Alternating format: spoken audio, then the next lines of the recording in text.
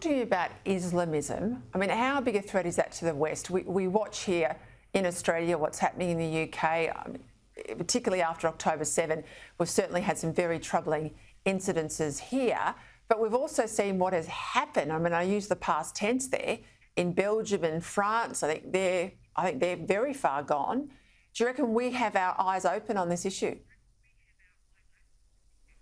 Well, Islamism is a problem not only in the West, it's actually a problem in the Muslim world too. One of the things that's happened, and you see it show up in the scenes that we saw in Parliament in the UK a couple of weeks ago, is essentially we have imported the civil war that is raging within the Muslim world, where people who want a caliphate and who want Sharia law are fighting against people who want to live in nation states. And they're Muslims, they're socially conservative, but they have no intention of creating a tyrannical, authoritarian, religious, borderless society like the caliphate that some of these people want. And so what you saw in the scenes that we had in Parliament a couple of weeks ago is essentially that the Islamist tail is now wagging the Labour dog and is able to intimidate and threaten British parliamentarians into changing the rules by which they operate.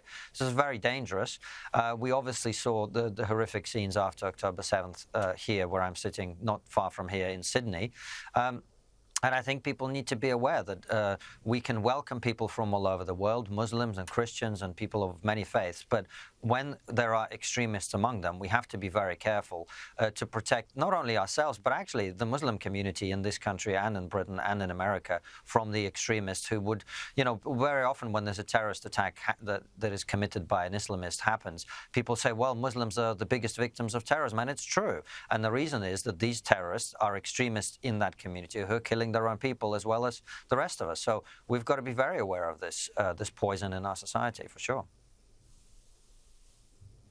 Talk to me about the issue of trans women, transgender particularly, but it really targets women because it's at the expense of biological women. I know you've spoken out about it. It's a feature of the things I talk about here in Australia. And increasingly, women feel, I think quite justifiably, that we're being erased. I know there has been some pushback on this, but you know, we've got issues with the surgeries and hormone treatments for children. We've got the inability to even question some of this madness. Do you think the world's waking up here as well? I think slowly but surely people are waking up. And I think most people's immediate reaction when they're being asked about, you know, trans women, most people just want to live their lives. It's not something they want to get involved in. It's obviously a highly toxic debate and polarized, etc. But and I've never really wanted to wade into it other than to say I think some of the things that are happening are absolutely atrocious.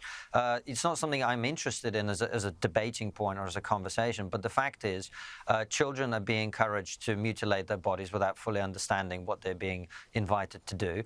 And women are being put in danger. We had a case in Scotland in the UK where a man who was a rapist was put in the women's prison because he got a bout of what I call prison onset gender dysphoria, when you turn up in a courtroom accused of a sex crime and suddenly, oh, you feel like a woman. So all of these situations just are completely unacceptable. You mentioned female sports. On my show, Trigonometry, on YouTube, we interviewed Sharon Davis, a former British Olympic medalist swimmer, who's very concerned about this issue. And it's an issue of simple fairness. I think we live in a society where we're actually quite uniquely positioned around the world in terms of making sure that women have equal rights to men and equal opportunities to sport and access to all sorts of things. I don't think we want to be eroding those things in order to appease a few people who want to claim that they are entitled to it because they identify in a different way. The simple fact of it is your biological reality determines the fact that you have an unfair advantage over women when it comes to sport. And we should respect women's right to compete against women. Konstantin Kisin, I know you have a big audience here in Australia. I know you certainly have a big audience here on Sky News, so I am very grateful you found time to join me tonight. Thank you very much for having me. I appreciate it.